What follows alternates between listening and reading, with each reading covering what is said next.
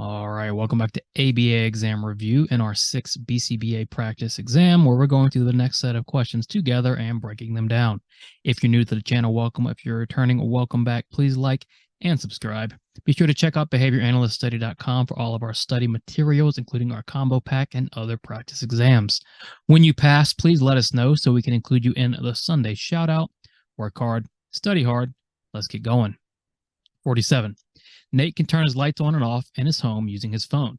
As a prank, sometimes he will turn off the lights without telling his girlfriend and then turn them back on only when his girlfriend is engaged in an amusing behavior. One time, Nate was able to get his girlfriend to spin in circles just by turning the lights on. What is occurring in the scenario? So the question is asking broadly about this scenario and what is actually taking place. And if we think about it, what is happening here? We have Nate, who can turn the lights on and off using his phone. And so he wants to prank his girlfriend. So what he'll do is turn the lights off and then only turn them on when his girlfriend is engaged in a certain behavior. And so one time, Nate was able to get his girlfriend to spin in circles just by turning the lights on. And how was he able to do that? Well, he turns the lights off. Girlfriend engages in a certain behavior, spins in circles. Nate turns the lights on. What happens? That behavior's reinforced. So next time Nate turns the lights off, what will his girlfriend likely do? Probably start spinning in circles. And so if Nate continues to turn the lights on when his girlfriend is spinning in circles, what's going to happen? Well, that behavior is going to become reinforced over and over again. And when the lights go off, it's very likely his girlfriend is going to spin in circles. This is very similar to what Skinner did with his rats in the Skinner box, right? At the most fundamental level, this is conditioning. And what type of conditioning? A, operant conditioning. Yes, at the most fundamental level, this is operant conditioning. We have an antecedent stimulus, we have a response, and then we have a consequent stimulus, which is maintaining or reinforcing the response. And that is operant conditioning, where we have consequences affecting future behavior. It's not respondent conditioning, because respondent conditioning involves reflexes, and consequences don't affect the future behavior in respondent conditioning. It's not escape extinction. Nate's not putting his girlfriend's behavior on extinction. He's reinforcing the spinning in circles, and it isn't non-contingent, because reinforcement is delivered contingent on his girlfriend spinning in circles. So what is occurring is pretty textbook operant conditioning, right? We have this consequence of the lights coming back on, maintaining this spinning in circles. 48.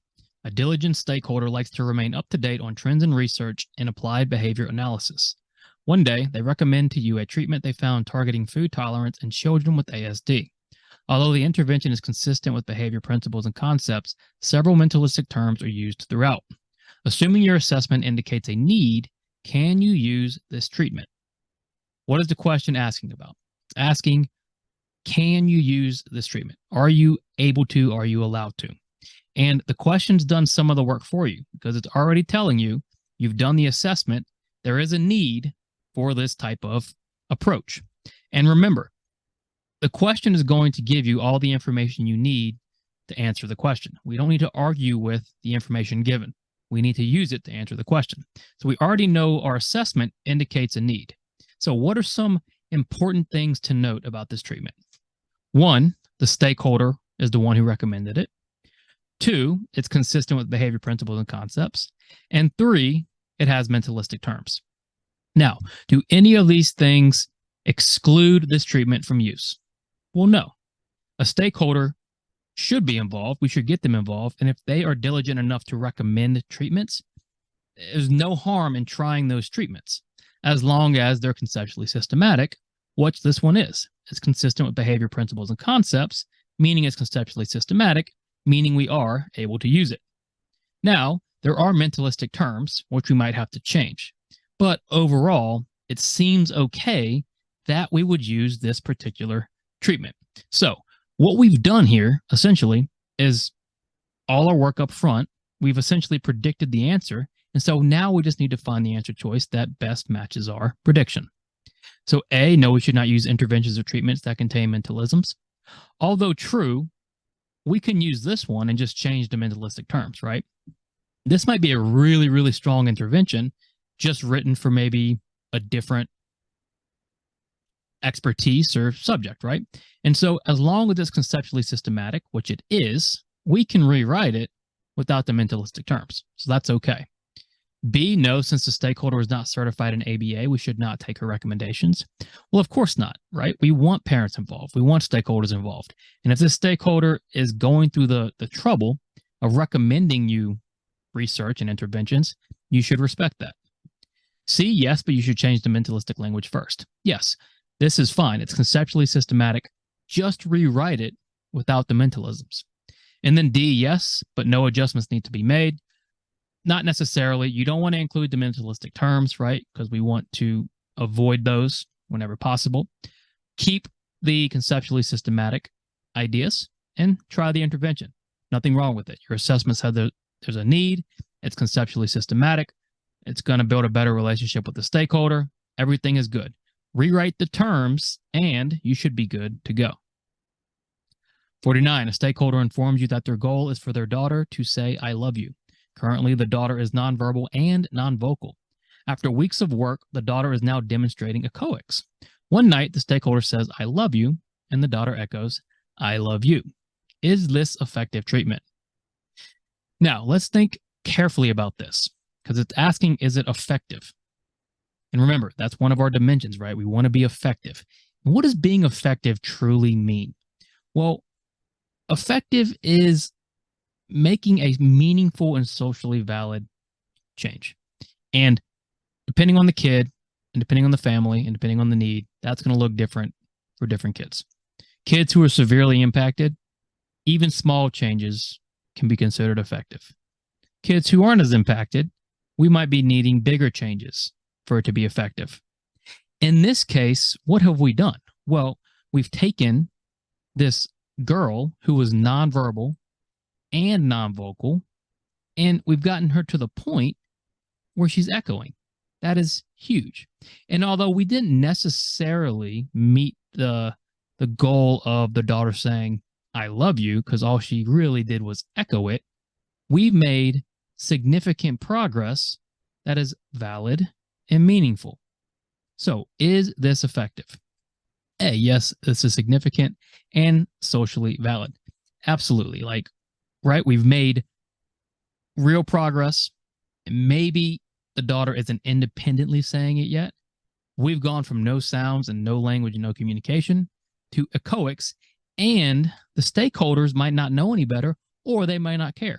All they know is they heard, I love you. So we wouldn't consider that goal mastered necessarily, but is it significant? Is it socially valid? Absolutely. So A looks good. Always read all of your answer choices. Why are the other ones wrong? B, no, the daughter did not actually say, I love you. Well, if you're looking at a technicality on the goal, maybe not, because she echoed it, but that doesn't matter. We still had an effective treatment thus far. B, yes, you taught the targeted skill. Well, the targeted skill was her to say, I love you, not to echo it. So not necessarily, but that doesn't make it ineffective.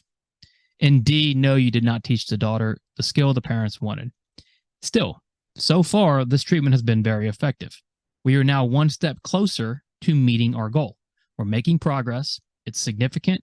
It's meaningful. It's socially valid. We are absolutely engaging in effective treatment. 50. Mondo rubs his lucky rabbit foot before he goes on stage to perform. He is one of the best piano players in the world, and he's had the same lucky rabbit foot since he was 9 years old and won the state piano championship after rubbing the foot and putting it in his pocket. What is the most parsimonious explanation for the situation? Key here is, relative to what the question is asking, is this word parsimonious. And what is parsimonious? Parsimony, or being parsimonious, means we're looking for the simplest explanation. And that's usually the simplest behavioral environmental explanation. So we need the most parsimonious explanation for why Mondo rubs this rabbit foot before he goes on stage to perform. And based on the history, he's had this foot since he was 9 years old, and he won the state championship because he rubbed the foot. Now, careful. Did he win because he rubbed the foot? Likely not, right? What are the odds there's a real functional relationship between rubbing the foot and being able to play whatever's necessary to win the championship? Probably not a whole lot, because there's probably a lot of other factors that went into Mondo winning this championship other than the foot. So why does he continue to do it? Well, we would consider this what? Well, a superstition, right? And what causes superstition? So what is the most parsimonious explanation for why Mondo is superstitious with this rabbit foot? A, there's a functional relationship between the rabbit foot and Mondo's performance. That is definitely not the simplest explanation. That would take quite a bit of experimentation and quite a bit of data to prove some sort of functional relationship between this foot and his performance. B, if Mondo doesn't rub his lucky rabbit foot, he will not perform well.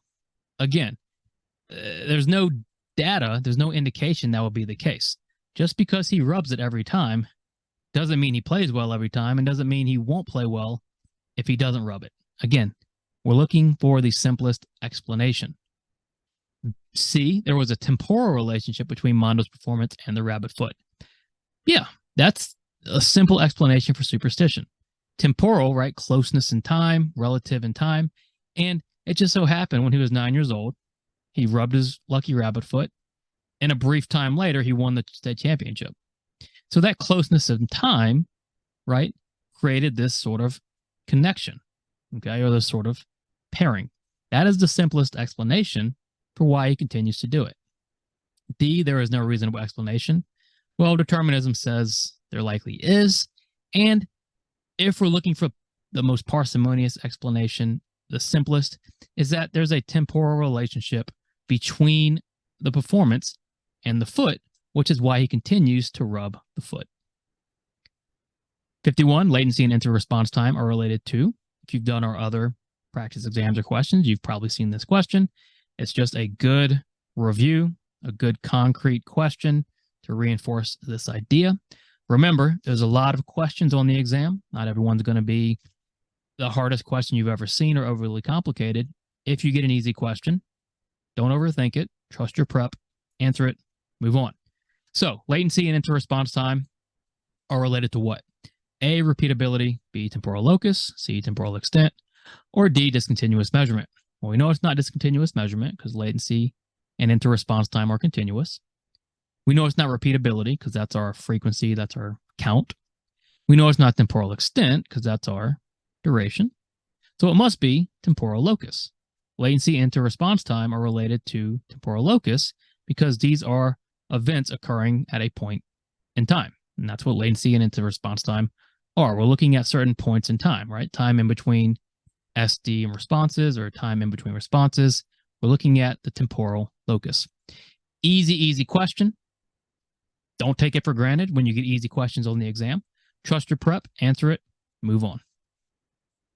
52, you're observing a group of behavior technicians working with their clients. One technician is filming her client playing Uno with some of their peers.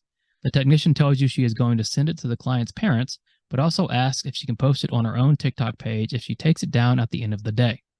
How should you respond? Now, you're the analyst in the situation. You have a technician who's filming the client playing Uno.